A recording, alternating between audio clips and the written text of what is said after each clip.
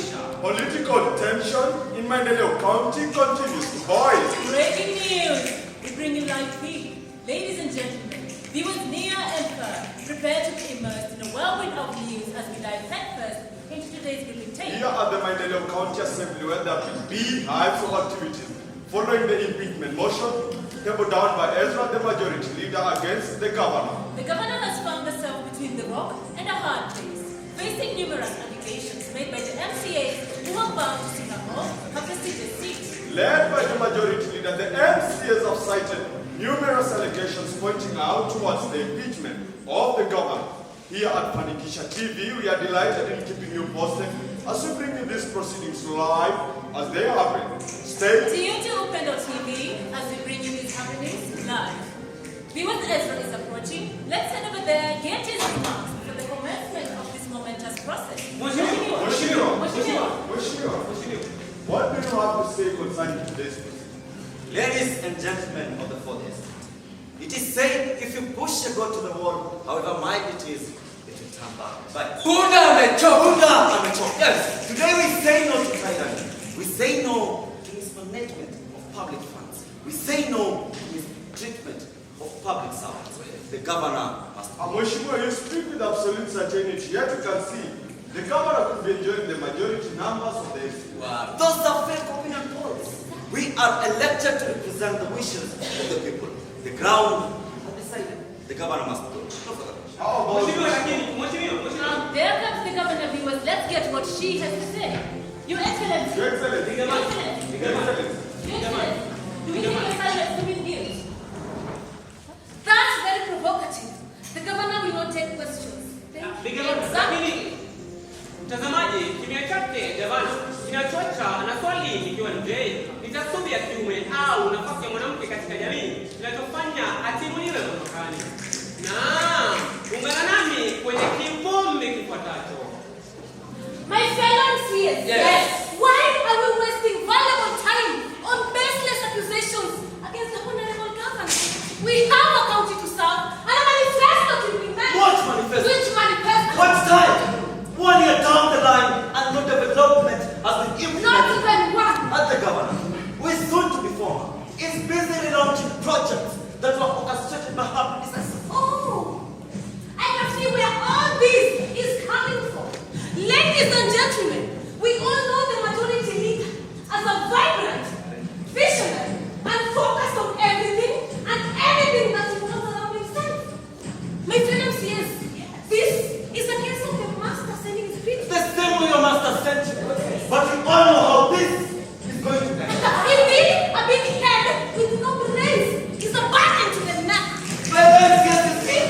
You see, the governor is not only incompetent, but also arrogant and abusive. Lies! And she has trained her dogs to well. Keep down.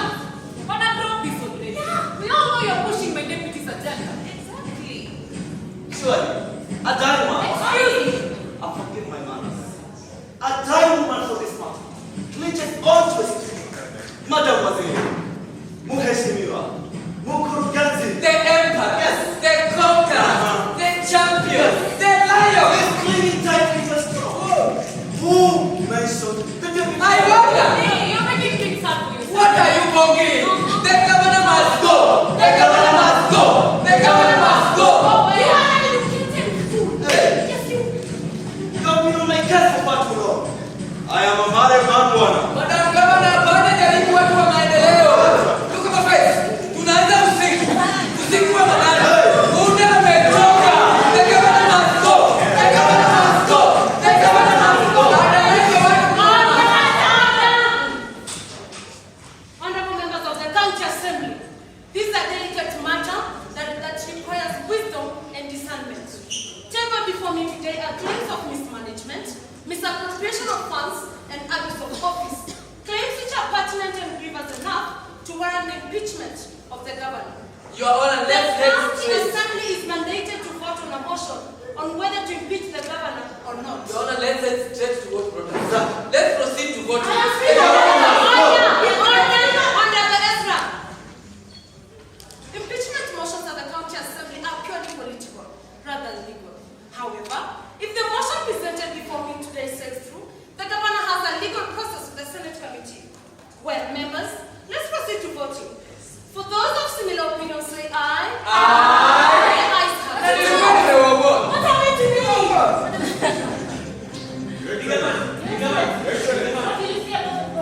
This has been a shambolic process.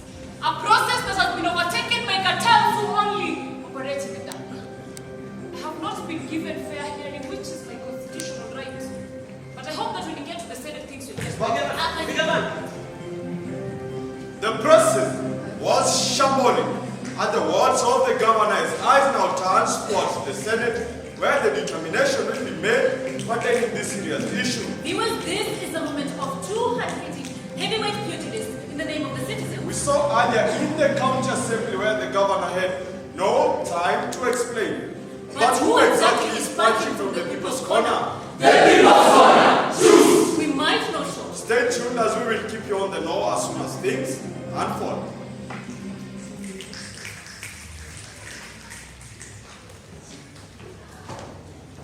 Fellow members, today we are called upon to carry out a noble task in service of the people and the country. The greatness of a nation lies in its fidelity to the Constitution, strict adherence to the rule of law, and above all, the fear of God. The charges brought before us today, we are to hear them impartially, without fear or favor. We shall proceed as follows. The county government representative will present his prosecute, and thereafter, the governor and her legal team will present their defense. Madam Chair, I'd like your opinion on some matters pertaining in this case, if you may. Attorney, I know you're passionate about prosecuting this case, but I will still address the members. You'll have ample time to present and argue your case. Sorry, Chair.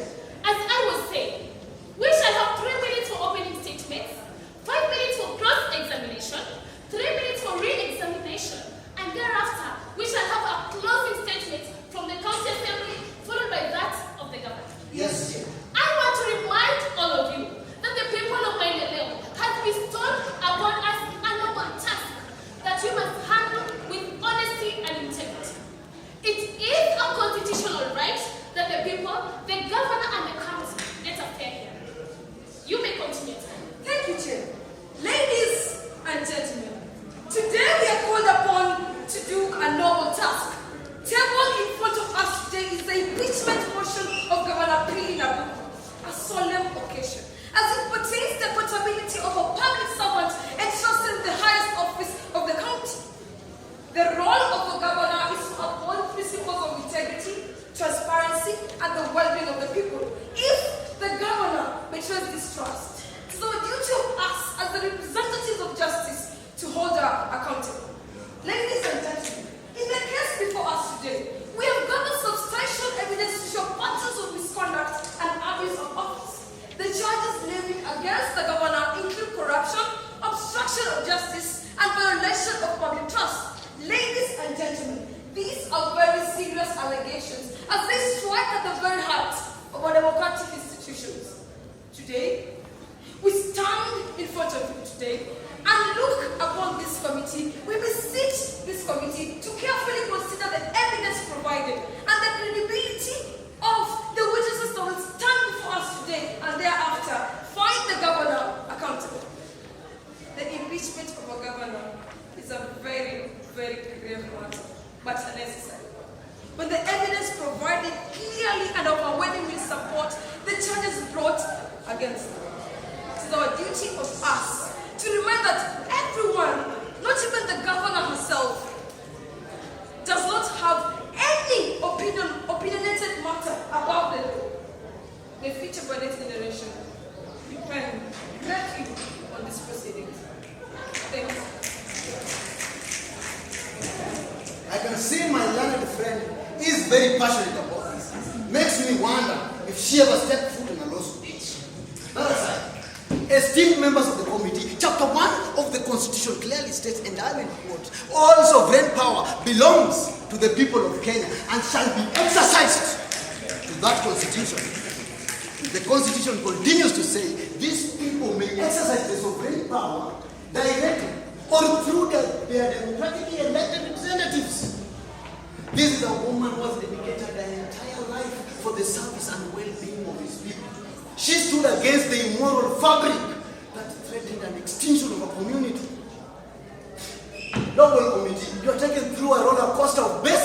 accusations, hiding the true reason behind the impeachment of the government. And today, I will present to you clear evidence that will peel off the mask of falsehood and deceit that has been peddled around by the majority leader in order to mislead this house. Chair, we therefore look upon you to exercise highest level of righteousness, stand against this coalition, and to deliver an impartial judgment, a thing that will be good for the community and the people who have faith in the good governance. Thank you. Attorney, how would you want us to proceed? Thank you, Chair. I'd like to call upon my first witness to the stand. Kindly tell this noble committee your name and occupation. My name is Honorable Ezra, member of County Assembly Kipatani Ward. You motioned the impeachment of Governor Pili, right? With whole honesty, I still stand on that. What prompted you to do so? You see, Chair, when you go to bed with an itchy anus, be sure to wake up with a smelling. Honorable, kindly elaborate. The leadership of Governor Pili has become a burden to the very people, the same people who stood at office. Therefore, they have sent us here to say enough is enough. By that you mean? She is no longer fit for public office. Why do you say this? You see, the governor has violated every article of the Constitution, carrying out unconstitutional orders, shutting up businesses that compete with hers. What is the term? Conflict of interest. That is the term, my friend. Take, for example, the triple faster done. Honorable, what happened? She knows it. The governor took her whole family, including the extended family, for a vacation in Bahamas, fully funded by the county funds to a tune of 700 million. 700 million. Madam Chair, I'd like to bring to your attention on page 25 of the evidence 0026. Clearly shows how Governor Pili spent 700 million shillings on a mere 3-day vacation. This money put to good use could fund a fully functioning learning institution for the community. Kindly go on. Aren't it that much busy? The governor slapped a member of the county assembly on camera, Chair. On camera. Chair, the case you just mentioned is still on court, and you had no jurisdiction to mention it here. Does it make it right? Is it not a crime? You don't know that yet. How could you know when you serve a thoroughly debased moral? I can shut the void of any human emotions. Kindly through you, Chair, the witness should desist from the record of the statement.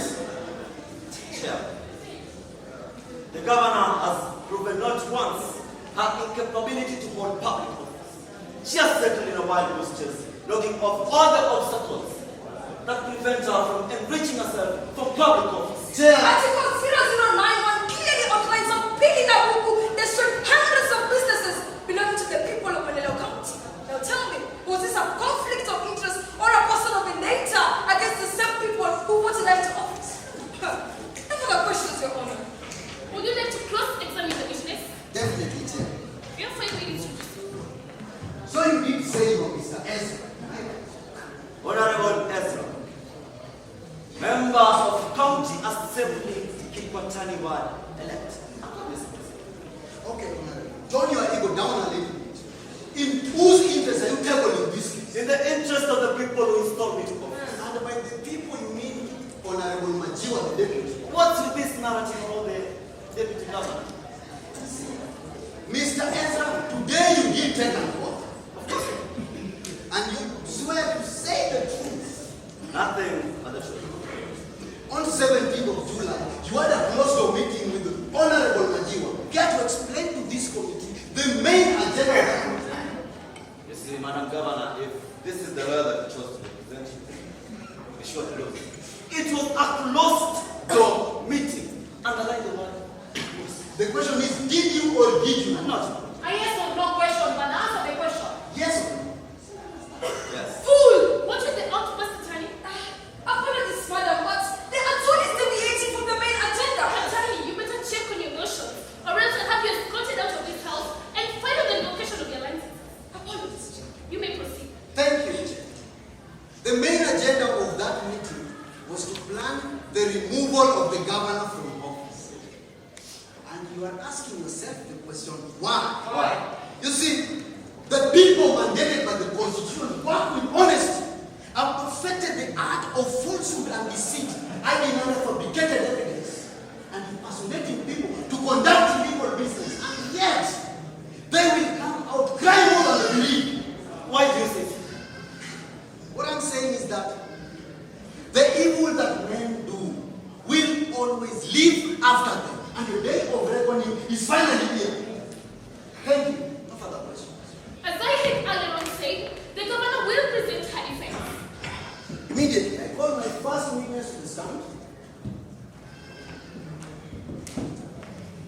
Explain to this committee your name and occupation. My name is Billy Nabut, the governor of my Maendeleo County. Governor, why are we here? When a child denies his parents sleep, be sure that this child will not sleep either. And this is who? I have been given public ridicule by the same people who are serving the county. They don't even recognize that I have my people's interest at heart. Governor, how are you elected? If I can remember, it was a very tight race. 10 aspirants for contest. And yet you emerged as the winner. With a landslide of votes. Explain to this committee the gap between you and your second contestant. Chair, the gap between me and my second contestant was 400,000 votes. Some even got 0 votes. 0. And yet, the defense claims that the people of Maendeleo are black interests now. But the people of Maendeleo County love me and they want government. That's changed, Governor Peters. That was 2 years I ago. have been on my feet, focused on my goals, steadfast on the cause to ensure that Maendeleo County becomes prosperous. Breathe now. Breathe. You see, she has perfected the art of sideshow. Yeah. Now, Governor, tell this committee what you have accomplished within those years. I take pride to what I have done, Chair. Honorable members of this committee, I have been able to clean all the rivers in Maendeleo County, and now my people have clean water. Chair, I have planted more than 1 million trees just in support of the Blue Economy. Yes, these were not stipulated in your manifesto. Yes, those are the pillars that build the Exactly. Yes, For the Chair. active 10, have some decoration.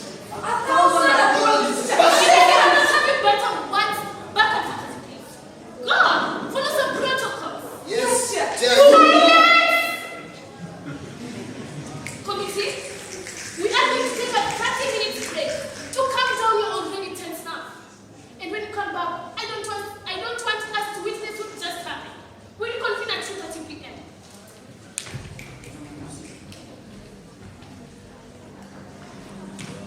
Governor.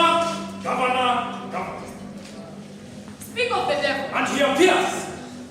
Here young in the flesh and blood. You couldn't double-cross me and got scoffed. No wonder. His dog has been yapping at me while its master has been hiding in his like It the is power your that moment that you refused to treat well, Governor. You can take off your own. We have. This pact was against the people of Maendeleo County, my chief.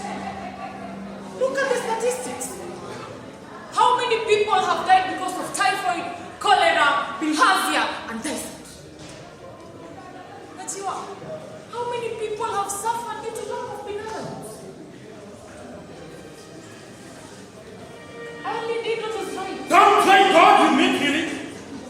Did I suddenly become a devil after helping you ascend to power? Without the machineries, would you be here?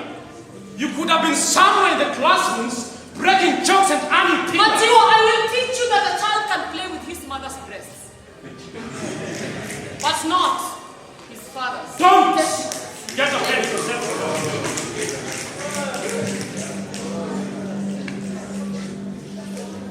Governor, please. I met you, who you are, but now your ears have grown longer than your head. What do you want? What? Simple, Governor. Very simple. On our agreement, and you will know, let's pay.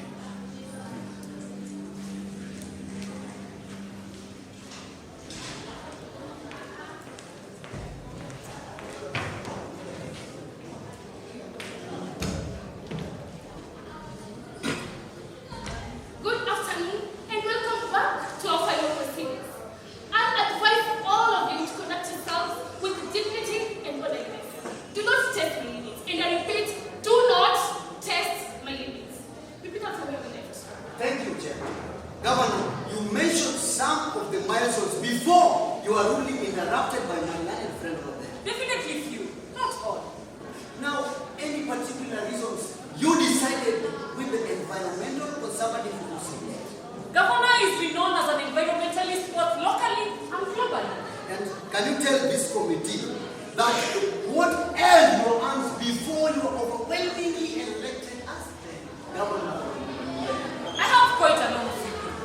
I have been in matters environment for over 2 decades. Chair, I have been a lecturer in pre-Kenyan universities just teaching matters environment. And what I take pride in the most is that I have been the organizing secretary of the United Nations Environmental Committee. I love the environment. Tell this committee that through those crusades, you gained popularity. Indeed! And now, my downfall is determined by the same issue. Chair. Governor, what will you tell this committee as you leave? Esteemed members of the committee, ladies and gentlemen, may those sound don't even fit that description. I don't understand the reason for my impeachment because my accusers have failed to prove to this committee. I therefore request you, Chair, to allow me go back and do my duty, which is service to my people. Thank you, Chair. No further questions. Attorney, would you like to cross-examine the witness? Absolutely, Chair. You have 5 minutes to do so. Thank you.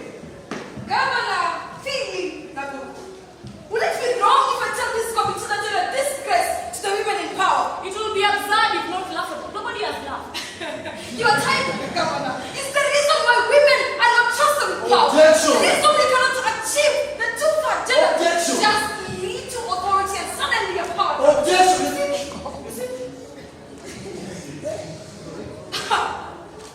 Yes, Your Honor. Mind your sentiments. You see? Chair, members of this committee, your dearest governor does not shy away from raising her arms in public, even here in the Senate, where she's facing numerous charges of incompetence. Tell the attorney is provocative. She's using inflammatory statements. Attorney, be well. Apologies, Chair. Forgive me for my excessive zeal, but all of you here have seen how our dearest governor is irrational and short-tempered. If our governor can flare up like this in public, just imagine what the vulnerable people of Manileo County go through every day. No further questions, Chair. Thank you, Attorney. Yes, Attorney, I can see your hands up. What is it? I would like to briefly examine my witness. You have 5 minutes to do so. Your Excellency, I want to talk to this committee. Today we've been driven round in circles just to hide the main reason as to why we are here. Need I emphasize that I took an oath of office to protect the Constitution? Chair, need I remind this committee that my work is service to the people? Chair, I cannot betray the oath that I took in broad daylight. I cannot. The reason as to why I shut the many businesses was because they were going against the Environmental Act 2019. Chair, this was a well-thought-out plan, callously executed by the Deputy Governor, who is the sole owner of Kiswahili's daughter. But Chair, this is... Attorney, have your time. This slaughterhouse has been the onset of my people's medical issues. Chair, the factory emits fumes directly into River Sumi, and the people of Manileo County are using the water. Chair, I had to close the factory. I had to. Let me submit to you a letter dated 1st of April 2020, addressed to the county government of Manileo. Chair, they blatantly ignored the content of that letter and never acted upon it. Chair, I have no knowledge of such a letter. But you might be aware that the deputy governor ran the slaughterhouse up the stream and let the waste are deposited. I'm not speaking to such matters. How would you know? How? How do you know when you and your client are hell-bent on spreading half-baked truth, going to the extreme extent of trying to remove a sitting governor in office? All this so that an individual can make money at the expense of the people is ridiculous. Selfishness. Chair, the County Assembly of Mindelo really have done the